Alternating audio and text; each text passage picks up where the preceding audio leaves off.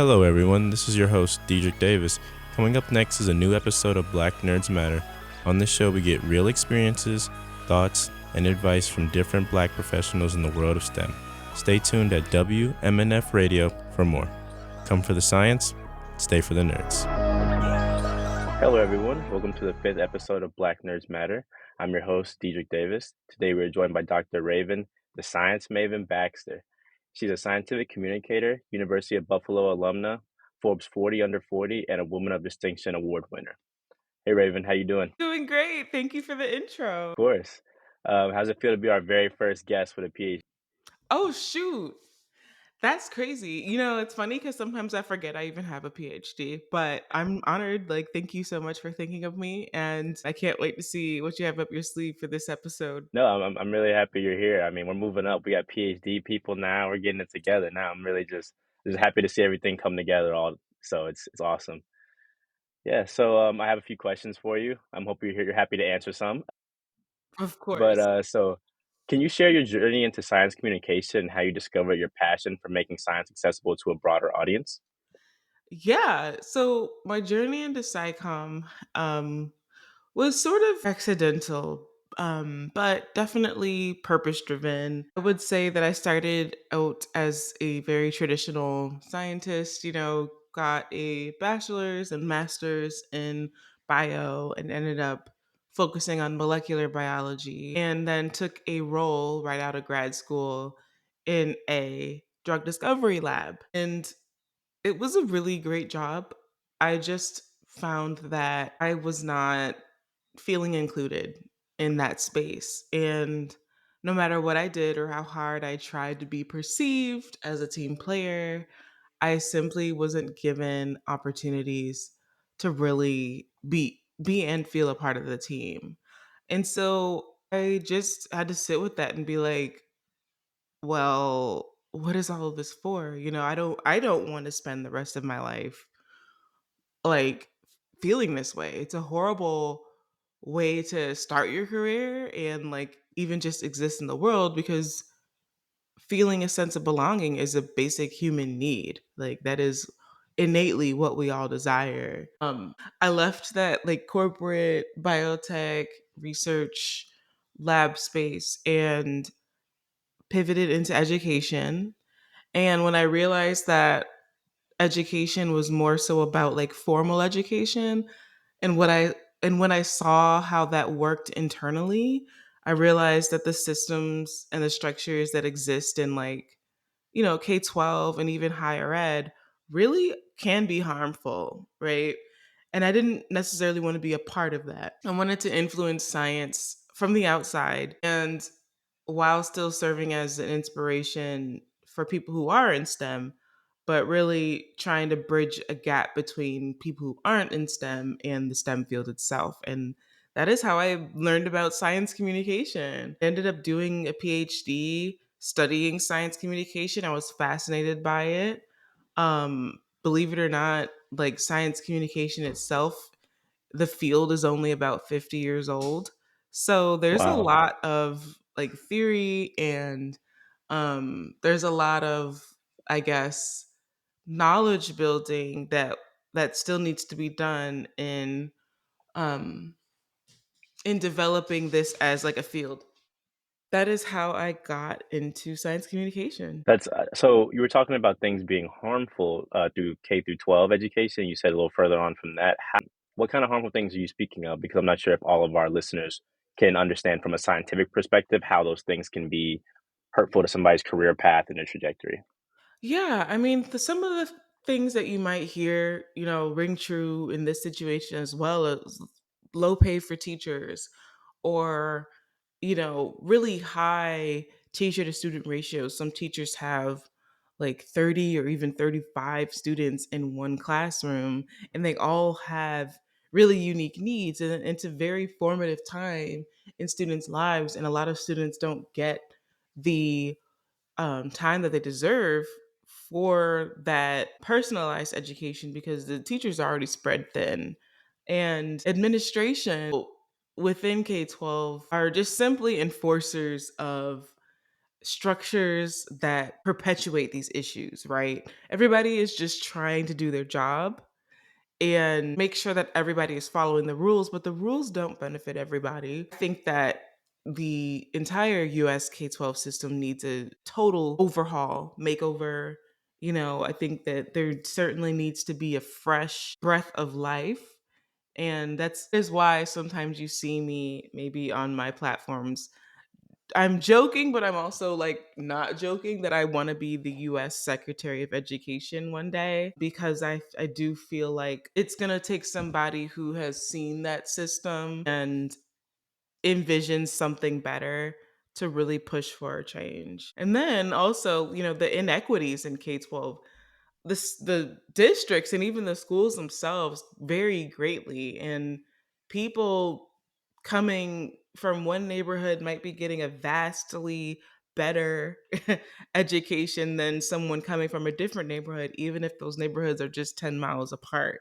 And I think that that issue in itself perpetuates the lack of scientific understanding. When these people become adults and they're ready to engage in the real world, so to speak, and one person graduated with a 12th grade level of understanding science and the other graduated with a 5th grade level, we can see how that plays out in the long term. And so without promoting college as a way to level the playing field, I think science communication plays a major role in leveling the playing field because you get to teach science essentially, or share science rather, with a broader audience, and you can develop a target audience too to help bridge that gap. Yeah, I definitely see where you're coming from because my mom is actually a teacher and she's taught like first or kindergarten and preschool all the way to like fifth and sixth grade.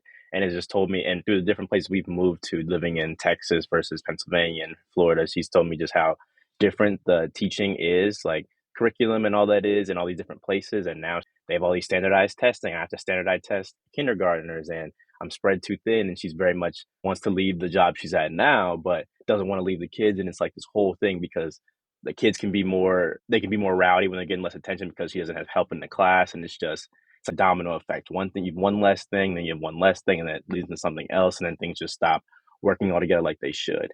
And yeah, I definitely see where you're coming from. I think if you don't have someone that's in your family doing that, or someone personally who's working with that, you'd never know how things change once you're out of school and done with it. Absolutely. And I get inspired by people who are saying, when they see my content, I wish that I had a teacher like you when I was in school. That says a lot. And my belief is that that shouldn't happen, right? It shouldn't take you going through an entire, 13 years of, kindergarten, then first through 12th grade. It shouldn't take that 14th year when you're finally like, oh, wow, I finally found someone that I could identify with. Dang, I wish that I had someone like that in my earlier years. Like, I don't think that should happen. But that is the current situation.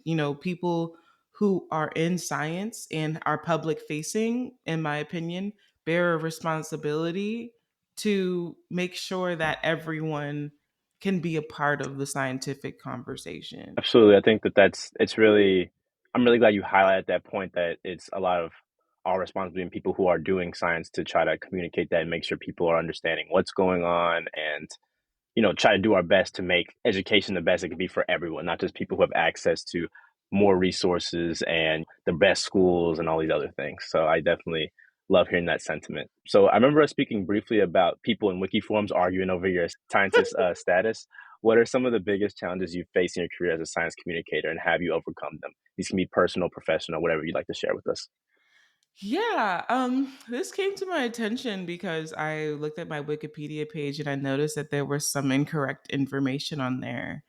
And I was just clicking around to see, okay, can I correct this? Can I take this out because this isn't true? And I asked around and they said, oh, you can just go to the back end of Wikipedia and you can actually self edit your page. And I said, oh, that's kind of weird, but I'm going to try to do that. And so when you do that, you And you can actually see this without logging into Wikipedia, I believe. But the talk page, you can click on that, and it's basically all of the editors on Wikipedia who are, I guess, responsible, or they made themselves responsible for keeping up your page. And I honestly was not prepared. Nothing could have prepared me for what I was going to see there. I honestly did not expect much at all because it's just me. What could people possibly be talking about? And lo and behold, entire essays on the back end of my Wikipedia page. And the Wow. bulk of the essays that people were writing were about the use of the word scientist around contextualizing what I do. And I found that to be just really dumb. Like, I call myself a molecular biologist because that's my specialty. But they were reserving the word scientist for people who actively are conducting experiments in a lab. And No, no, no. I know, they decided to strip the scientist title from my page and instead preface it by saying educator and molecular biologist, which, whatever, but actually feel really petty about that. Like, it's not a big deal, but it's a little thing. It's a very little detail that actually means a lot because I'm sure that other pages don't get policed as much as mine. And I actually have made it a point to get involved in molecular biology research at my new position at Mount Sinai Hospital because I want to start publishing work in my field so that I can show people, right? Like, what I know other than making rap music videos, other than tweeting or making Instagram posts. It's kind of like a double edged sword, but a good one, right? On one hand, I actually haven't published anything. People are probably really surprised. I haven't published any of my research.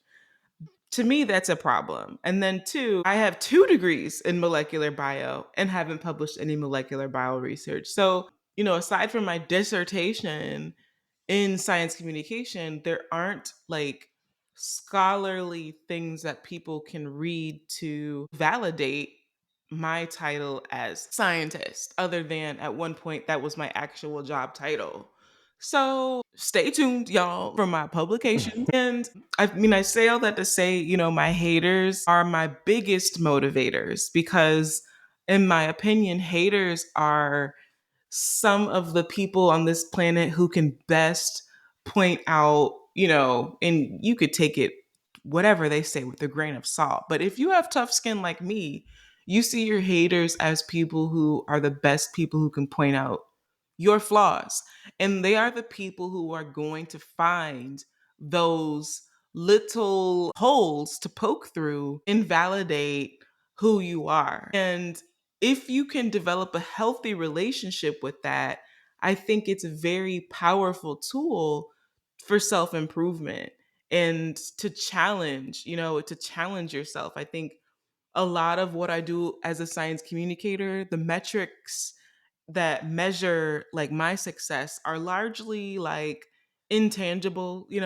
How many likes did I get on this post?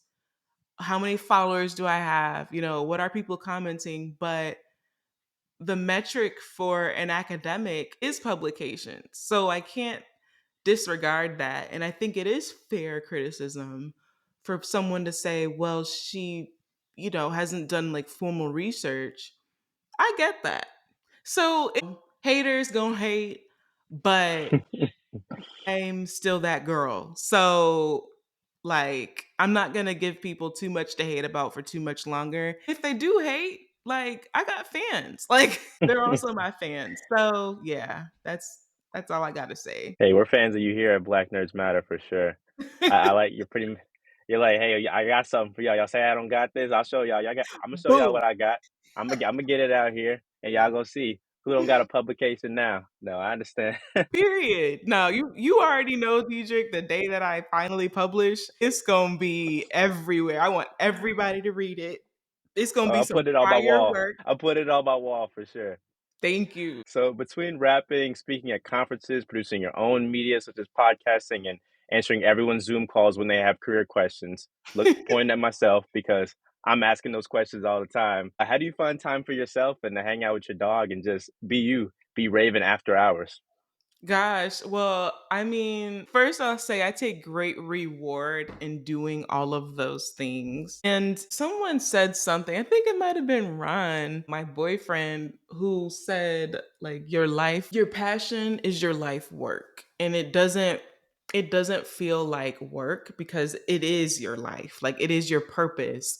It's the value in that you bring to the world and that feeds into your joy, but also other people's success and potentially even their joy. And so, doing what I do is I can't imagine myself doing anything else. So I know I'm doing something right.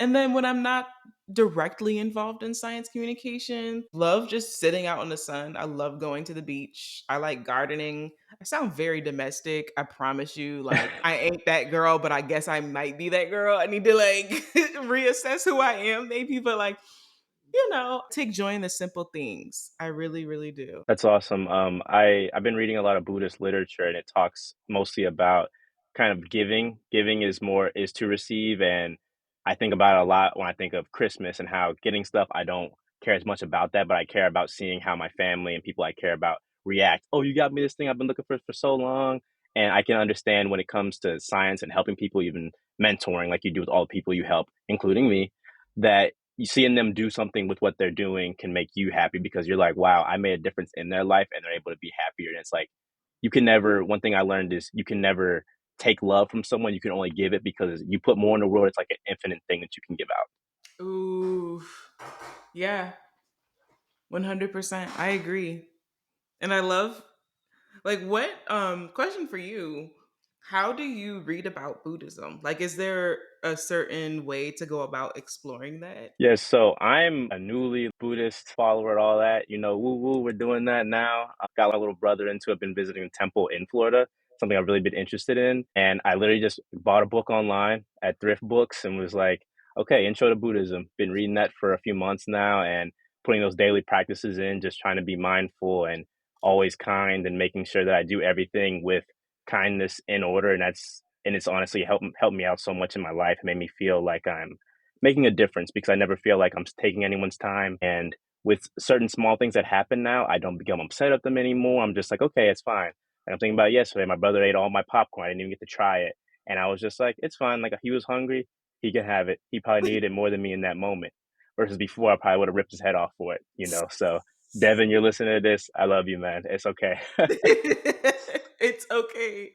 I love that. And I think like the world certainly needs more of that. I think we're in a very hostile world and people are so quick to react and everyone is entitled to their emotions, but we also can develop that skill that you just talked about and being more mindful. So, congrats. It sounds really interesting. I might even check it out myself. Yeah, it's really helped me out. It's kind of getting out of that mode of "What have you done for me lately?" thing, because I feel like a lot of times when you're dealing with people, whether friends, family, even people you don't know, you kinda react based off what they just did to you versus, "Oh, this person's been for me here for me my entire life, but, oh, you forgot to pick up eggs today." Like, I'm unhappy with you, and I don't wanna ever have a love-hate relationship with someone necessarily, so I don't want it to be, I have to be getting these things from you for me to be happy with you. I wanna be happy with you and accept you as you are no matter what you're doing and just you know, find solace in you're doing your thing. You may have made a mistake, but you weren't doing. And like one thing I really had to learn was people aren't doing things to kind of screw you. Like no one's like, I hate this guy in particular right here. I'm going to be mean to you, whether it's your friend or a random person. Usually people are doing things because they have their own things going on and are naturally thinking selfishly. And that's not a bad thing. It's just how people are. And it's just, I think it's better to give them that grace and realize that they're looking for love and trying and just having a hard time in their life than try to make times worse for them because you can control your reaction. You can't control anyone else. Ooh, boom. There you go. You can control your reaction, but you can't control anybody else. I love it. Thank you for sharing that.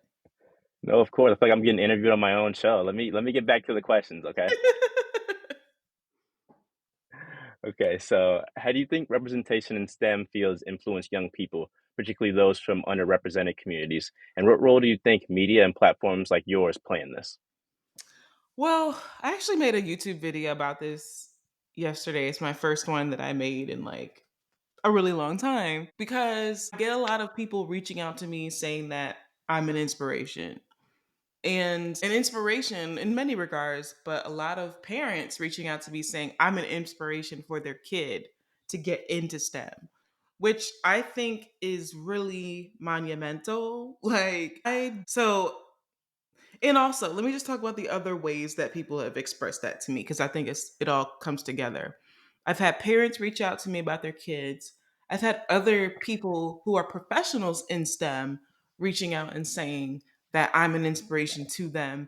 People of all backgrounds, not even people who look like me, like all kinds of people.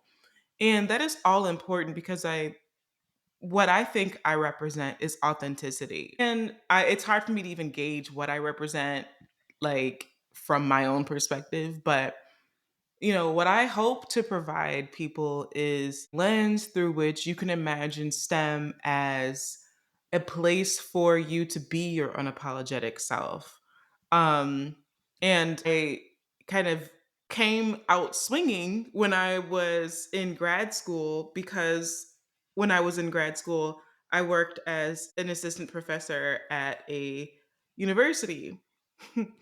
And I know it sounds backwards. It was a community You're n- college. and you're not a scientist? Come on now. I know, right? It was actually community college. And on my first day of work, one of my coworkers threatened to call the police on me because she didn't think that I worked there. She told me, What? verbatim, "Well, you just don't look like you could work here." And meaning the biology department. I took that. I was pissed, right? I wasn't hostile towards her, but I was mostly upset at the notion that someone could have that I didn't even look like I could work there. I had on a suit. I had a briefcase. Like I didn't understand what she was talking about. But I think we all know, if you're a Yeah, professional and you have professional clothes on, what else is setting you apart from other people? And in that case, there were no black people working in that yeah. department. She I said, was "Ooh, black." Hello. I believe I was one of the first, if not one of the few.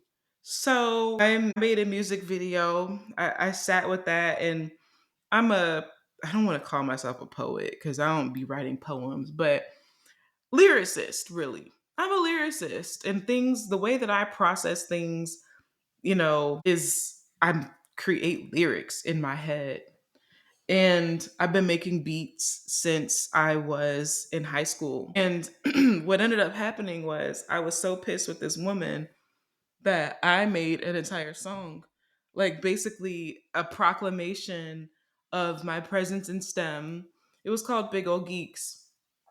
And it was around the time that Meg the Stallion came out with Big Ol' Freak. And I was like, well, you know what? If Meg the Stallion can be a big old freak, then I'm gonna be a big old geek. But I'm going to have that same approach of like unapologetic, representing who you are. If you can get on a pedestal and tell the whole world you a big old freak, why can't I tell the whole world that I'm a big old geek and like you're gonna take it like as I am. And the video was like the lyrics were highly scientific. You probably need a good old dictionary to break down everything that I'm saying, but the imagery was black women of all shapes, sizes, colors, dancing, having a good time. We were in lab coats, and all I wanted to do was present that imagery. And it ended up going viral.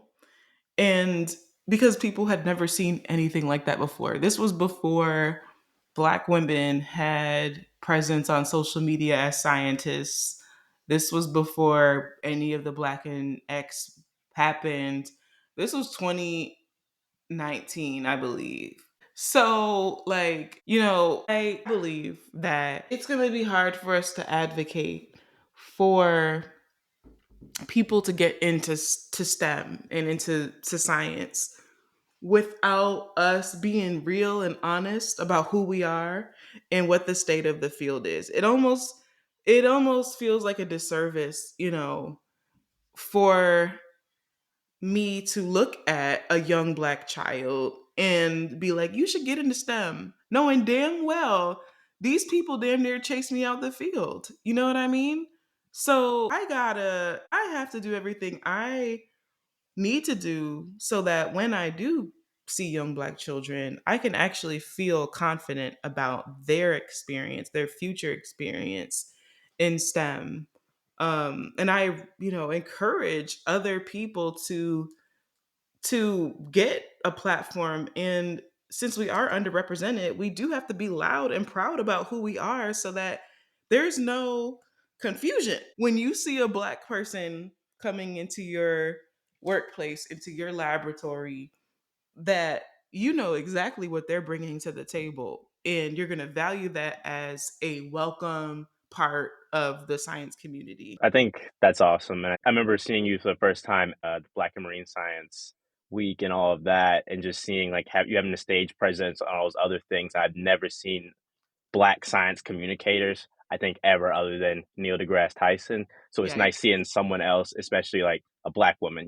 That's something that even when I came home and told my mom, she's like, "Wow, there's like black girls like me out there like doing stuff like that. That's awesome. I probably shouldn't have been teaching. I probably should have been doing something fun like that." And she See? jokes around like that. So it's awesome to just hear your story when it comes to those things. And I think it's really hard to not feel welcomed, and then trying your best to fit in with these people and work with these people, and then they're like, "Oh, well, we don't want you here because you look like you look here," which is like, just slang for, "Hey, you're black." You know what I mean? And that's not something you wanna deal with at all. And something I had to learn a lot when I was working in science, particularly, was to live in love and not fear, and Mhm. to go into everything thinking, okay, this is going to be great. They're going to love me. It's going to be awesome. They're going to think I'm great because I am great. And I Yep. feel like, well, doing that and putting out that positive energy and choosing love instead of fear helps me not necessarily fit in, but feel more comfortable in my situation, because I'm like, okay, this is gonna be good. And then when I'm giving off those good energies, I feel like people give them back. And I feel like sometimes both parties can go in judging each other before anything even happens, and then it's already, I don't like you because I have this misconceived notion, whether it's a black person towards a white person, or white person towards a black person. I feel like everyone has to try to come in just empty themselves of any kind of doubts and all that stuff, and just try to have a good time. Absolutely. And I think that what you talked about is the reason when people aren't able to do that, that's when you let imposter syndrome just take over completely, because imposter syndrome is largely shaped by perceptions. And if you drop the perceptions at the door and just say, this is who I am, a lot of transformation can happen. Can Um, you explain imposter syndrome, please, for some of our viewers who may not understand? yeah. So, I mean, I'm sure there's a formal definition for this, but I don't Come on, have that. scientists, give me a formal definition. What's going on? Shit. So, oops, sorry. But, imposter syndrome, it's when, in my experience from listening to my mentees and even myself, rarely, but when you, let's say you walk into a room of people who are esteemed. Let's say, I don't know, you're meeting the president. Like, yes, the president is the president, but they're also human, right? And who's to say that they are not going to be interested or invested in anything that you have going on, or that they don't find it important, right? And so, take it down a few notches. It could be as simple as a student being afraid to ask their professor a question because they feel like they should know it. Why do you feel like you should know it? Didn't you pay all this tuition, get taught? Like, that's And the whole ask them point. questions. Yes, that is the whole point. Well, they're going to think I'm stupid. You think you're an imposter. Who do you think you are? Because you're not thinking that you're a student. You're thinking that you're inferior. And that is not how you should be thinking about yourself. Just because you're a student doesn't mean you're inferior. It just means that you're junior. Like, and junior does not equal inferior. That is why that is a lot of what I preach to my mentees. And it's like you have to value yourself as a valued member of this community. Because if you devalue yourself, you're not going to get what you need out of this experience. You're going to be tiptoeing around perceived notions of who you are instead of dealing in reality, actually having a real experience. So I've seen people stress themselves sick because they're worried about perceptions and not necessarily dealing in reality. And it's a tough thing to watch. I've seen some of my mentees, and I try and I try, and it actually becomes a threat to our mentoring relationship at some points because I'm like, listen, I'm giving you advice about how to deal with your reality, and you're not locked in. Like, I need you to lock in and know, you're the future of STEM. You're the future, and like, you are important. So lock in. And I'm glad that you say, lock in like that because when I remember when we spoke from the first times and the way you were very encouraging, like, yeah, you can do this. The things you're doing are important and they matter. That helps way more than you know. And I feel like a lot of people never got that from people. Like for instance, for me in particular, my parents and my family kind of always were like, "Yeah, you're doing it. You got it. Like you're our son. You're gonna go crazy. Like go ahead and have a good time. Like even if your things aren't going well right now, you're good." And something I try to think of all the time is it was something I was reading one day. I know I make it sound like I'm a book nerd. I'm reading all the time, which I try to do. That's awesome. It was this quote saying that in nature, not everything's blooming all the time, so don't expect yourself to always bloom. So times when Ooh. things aren't going well for me, I'm pretty much just like, it's not my time to bloom. Someone else is blooming now, and I need to be happy for them instead of being like, I want that sun, I want this going on, I want my leaves grow, I want my flowers out. I can be happy for someone having theirs and still putting myself in the best situation to grow without seeing all that growth right now. And I think that's really important because for me, I had to learn how to be happy for others because I was only able to be happy for myself throughout my life. And when I grew up, there was people pretty much just praising me. And I was like, man, I don't know how to deal with stuff when the spotlight's not on me. You know what I No, mean? So shoot. Yeah, that's real. That's very real. And especially like, especially I would say for students who are first generation. Like, I've seen this be a huge barrier because anything that they do, their parents are like, shit, you doing better than me. Like, like yeah. you made it out the mud. Go you. And then it's like on the other hand, I'm out the mud, but now I'm in a new mud, like that I gotta get out of. And so yeah, I I resonate with that hard. I think it's particularly hard when you see yourself, especially someone who may be naturally good at things, because something I had dealt with was I was high school stuff was really easy for me. I was really good at retaining information, so it was whatever. And I feel like when you're naturally good and you don't really have to try as hard, when you get to that level, you have to really try. You have to bust your butt to get A's and get B's, because I like to tell my friends and stuff, getting an A between and a B in college, the difference between that is like four times the effort, and you really have to try to get that A. I was like, I don't want to try that. I'm going to get B's. I'm going to keep a three something because school is hard. Versus in high school, I was like, I can like, wake up and roll out of bed 5 minutes before class and get an A. And I think that changed, and some people have to learn how to learn. I feel like that's a big barrier when you get later on, because if you didn't get great education in primary school, you're not going to know, oh, I need to actually study for things. If you can't remember everything off the top of your head, you're not going to know what to do. I just want to say that you had all these concerns about sounding like a nerd, but your podcast is literally Black Nerds Matter. So I think that you should totally embrace it. I've learned so much from you, and like some of these quotes, you got to write these down and like you publish them because you said some really great one liners, especially the one about it's not my time to bloom. Um, it's so real. Yeah, we got a script on here for a reason. So we got to look through and see what kind of quotables we can get out of it. But yeah, I really try my best to be mindful of these things and work at things I haven't been great at because in school, just being stressed out with undergrad. I mean, for anyone who hasn't been to college and is planning on going, you have so many things you got to do, so many small things, so many people to keep up with that I don't think they build in enough time for you to take care of yourself. And I realized, like in my fourth year, man, I'm not really happy with my life. I think I'm doing great in school, but I'm only working like if I don't see improvement in money or my schoolwork, I don't think I see any improvement at all. Like I had to realize that I need to work on myself and things I that about me and like caring about things, doing different things that I love. And progress isn't just money and getting A's. Progress is being happy.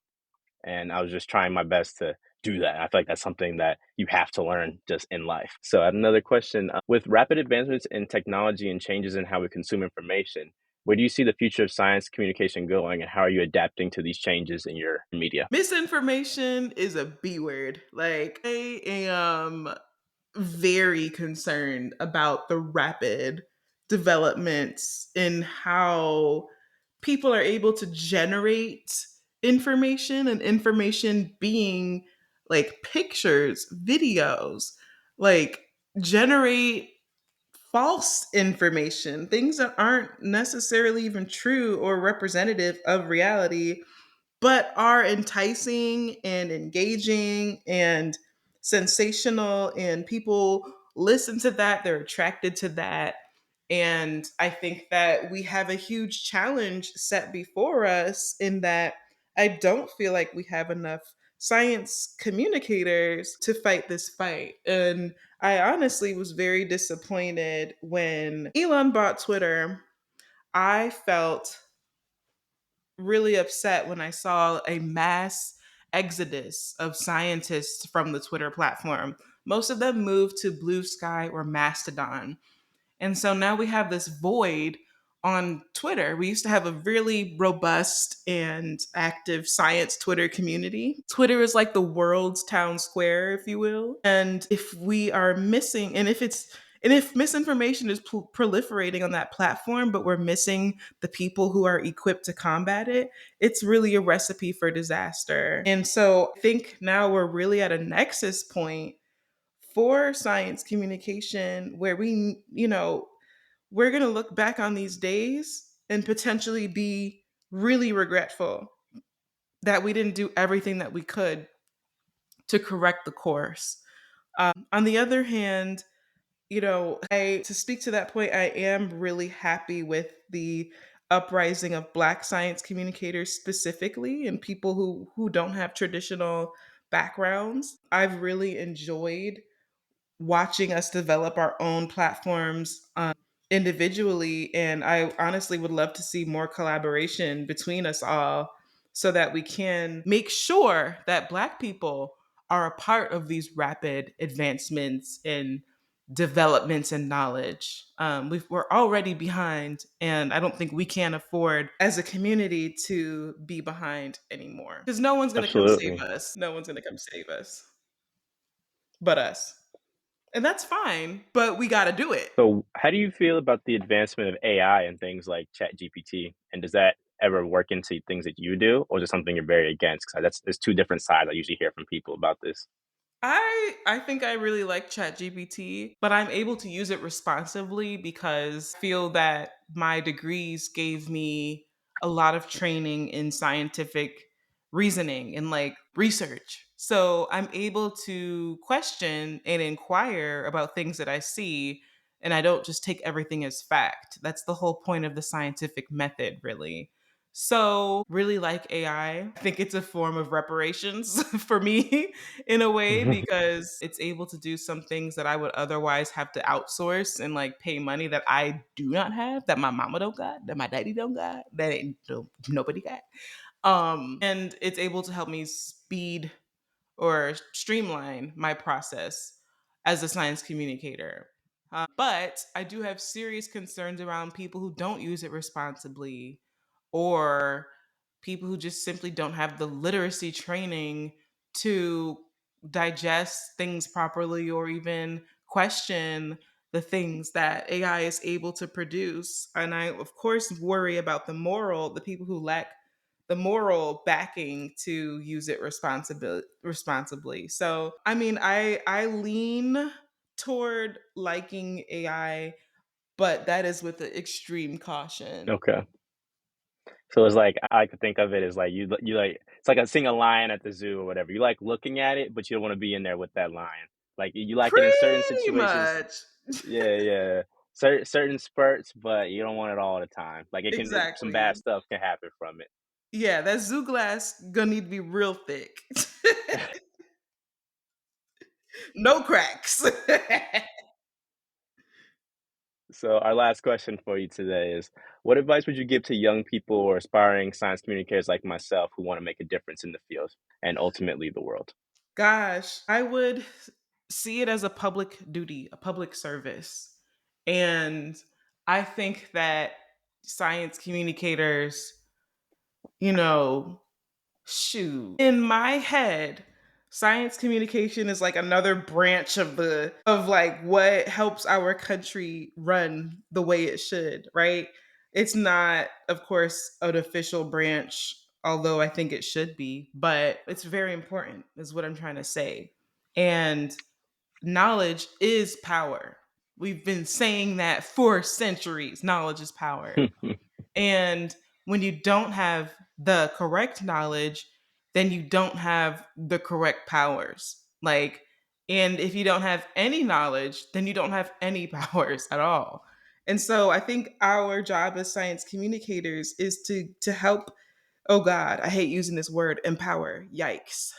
But empower, but I say that in the context of like literally like knowledge is power, right? Like, so we want to empower people correctly so that they can be a part of the change that we want to see in the world, because you have to understand the world to change it. And understanding science is a huge part of how we understand our world and ourselves and the society that we live in. Like, there's so many parallels. So I think our job is to figure out ways to make science accessible for science communicators who are just starting out. I think that, one of the things that I share is that you would be surprised how even the most basic facts of what you know can be mind blowing to um to other people, right? And even the things that you find that you were just curious about. Like, for example, I love gardening. I found out that I can't just buy one plant and garden it. For some of these plants, I have to buy a male and a female version of the plants and plant them together if I want blooms every spring. And I was like, dang, how am I supposed to tell what is the boy grass and what is the girl grass? Like, how do I figure that out? And like, that is a whole you could make a 10-part video series on just that. So I would say keep being curious. Um See what you're doing as an act of service to the public, and know that the knowledge that you're sharing could save the world. Who knows? Like, you can empower the a mom who's a stay-at-home mom to think about, gosh, maybe I do want to read this paper. And what if she comes up with an idea that saves us all? Like, it could be anybody. And I think it's really fun. So have fun. Um, and if anyone like has any questions, you can reach out to me. If I have some time, I do take Zoom calls sometimes, like Diedrich said. But you gotta lock in. That's my only requirement, is that you gotta be capable of locking in. So when's Raven the Maven album coming out? We're waiting for that. We're waiting for the rollout Jeez. party, the listening party, all that. Man, definitely next year. Definitely next year. I've been working on some really fun concepts, and it's timely. So stay tuned. Awesome. Thank you so much, Raven. It was wonderful having you. Make sure you check out Raven the Science Maven on all socials. We're having a surprise event for Black Nerds Matter in December. So check out this and all other things on our Instagram, Black Nerds Matter. Have a blessed and mindful day, everyone. Thank you. Bye. Thank you all for tuning into another episode of Black Nerds Matter. None of this is possible without you, our listeners. A special thank goes out to our music team. On guitar is Graham Hempstead, who can be found with his name on any of your favorite streaming platforms. and our sound engineer, Brian, who can be found on TikTok at brian.tyler.music. Thanks everyone for listening.